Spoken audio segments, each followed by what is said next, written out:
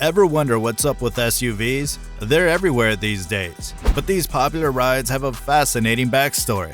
Once upon a time, they were far from mainstream, and over the years, they've given birth to some pretty wild variations. Think you've seen all there is to see in the SUV world? Think again. We've dug up some of the most quirky and unique sport utility vehicles out there. So check out these 10 SUVs you probably never knew existed. The Nissan Murano Cross Cabriolet might be infamous for being one of the ugliest SUVs ever made. But don't overlook the Land Rover Range Rover Evoque. It's actually a stylish twist on the same idea. The first generation Evoque came in both coupe and convertible versions, which were less practical compared to the classic four-door model. Even now, the Evoque has a sleek design, but without doors and a roof, it looks more like a futuristic concept car than something you'd spot in a supermarket lot. Land Rover didn't break down sales by body style, but it's safe to say the coupe and the convertible were probably produced and sold in limited quantities.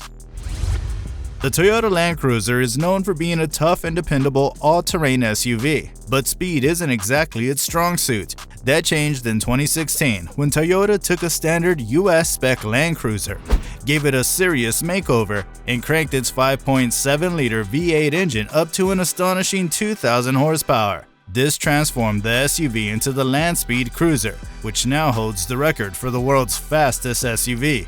But boosting the engine wasn't the whole story. To make the SUV aerodynamic enough to hit such incredible speeds, its frame was revamped with a lower suspension and beefy Michelin Pilot Super Sport tires. The record was set at Mojave Air and Spaceport in 2017, just a year after the car's debut at SEMA. So, believe it or not, the fastest SUV on the planet isn't a Bentley, Lamborghini, or Ferrari, but a tricked-out Toyota Land Cruiser.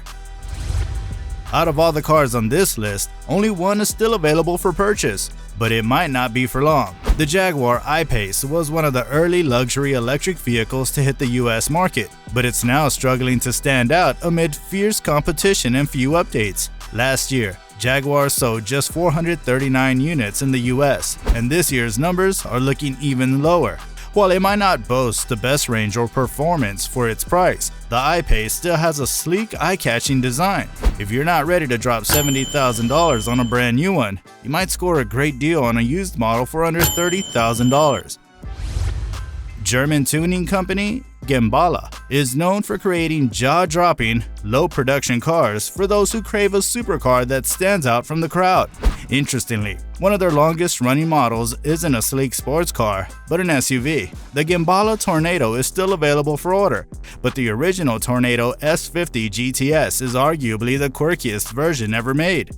Built on the Porsche Cayenne platform, this SUV boasts a powerful 750 horsepower engine and a body kit that, let's just say, might be an acquired taste. Its design looks like something straight out of a cartoon villain's garage, with exaggerated vents and scoops giving the Cayenne a bizarre, angry makeover. Inside, it's a mix of high-end luxury and familiar Porsche elements, with plush furnishings, but the dashboard and gauges clearly sourced from the Cayenne. Originally, Gembala planned to make just 50 of these eye-catching SUVs, each priced around $586,000, but it's unclear how many actually found buyers.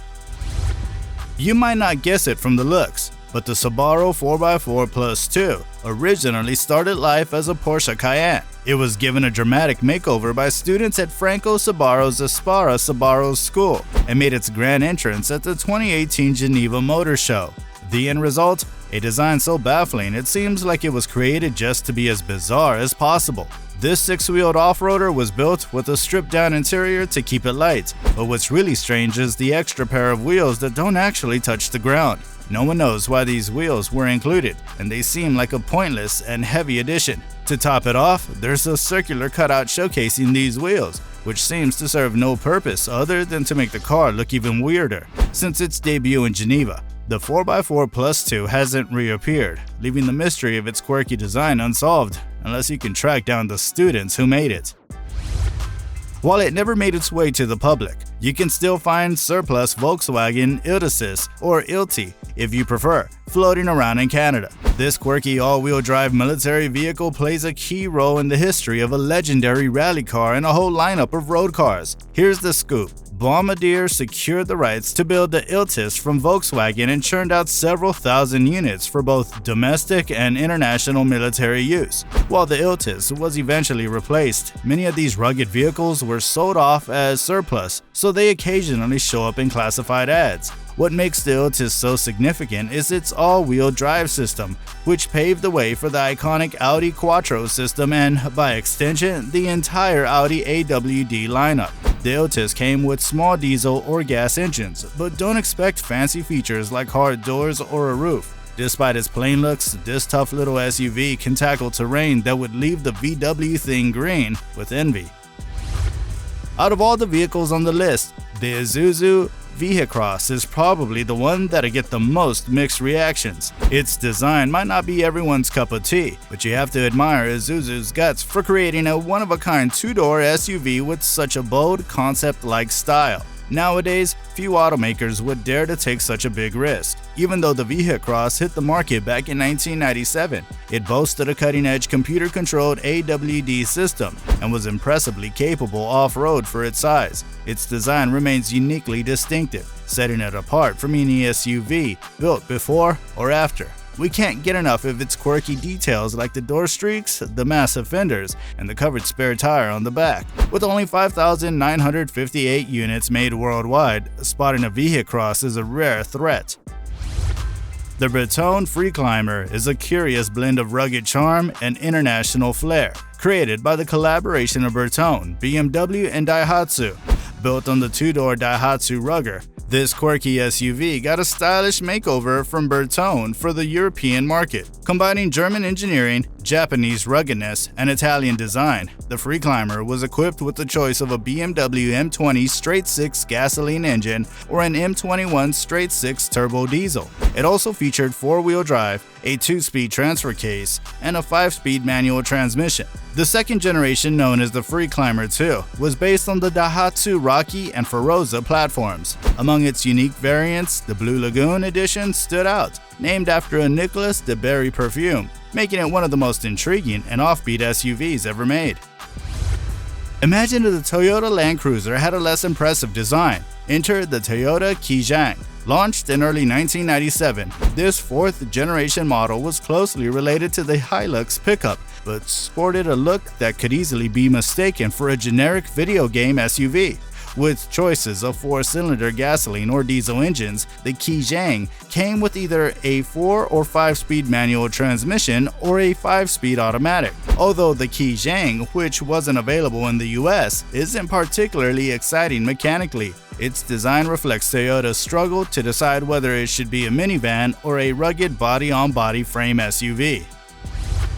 Our last entry is one you might have forgotten since it was never actually made. The Spyker D8, also known as the D12 Peking-to-Paris, made waves when it was unveiled at the 2006 Geneva Motor Show. It was an SUV from Spyker, a brand usually associated with high-end supercars, and it was way ahead of its time. Fast forward to today, and even luxury giants like Aston Martin, Bentley, Ferrari, Lamborghini, Lotus, and Maserati have SUVs in their lineups. Originally, the Peking-to-Paris was set to feature a 500 horsepower VW Group W12 engine, which is why it was named D12. However, plans changed, and it was instead going to use a V8 from Koenigsegg or Audi. This SUV was packed with jaw-dropping features, including Spyker's signature Aero Blade wheels, sleek one-piece aluminum mirrors, rear-hinged doors, and a full glass canopy that showcased its stunning Art Deco interior. Spyker's acquisition of Saab was meant to kickstart the D8's production, but unfortunately it never got off the ground.